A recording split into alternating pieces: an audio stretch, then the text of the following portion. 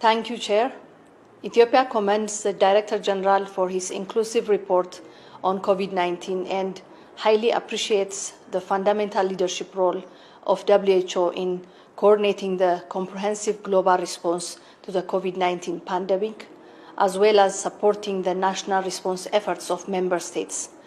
The dedication of WHO leadership and staff demonstrated is to be highly valued rather than undermined during this crucial moment. Excellencies, distinguished delegates, the increased adverse impacts of COVID-19 pandemics on the lives of people and in the fabrics of society around the world is concerning.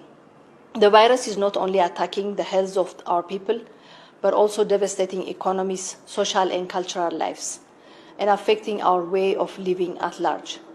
This is why the COVID-19 response requires a whole of government, a whole of society approach at national level and increased collaboration and support with a spirit of solidarity at the global level.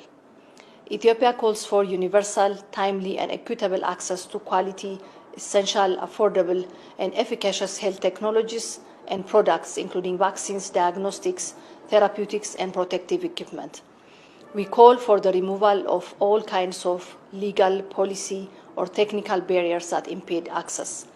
Since the first case was identified in Ethiopia on March 13, 2020, the government of Ethiopia took decisive measures, multidimensional measures to contain the spread of the disease in the country.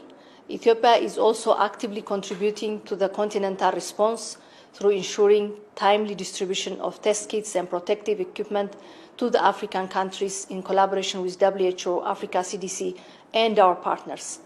Ethiopia is committed to continue working closely with our neighboring countries to control the spread of this devastating disease in the region.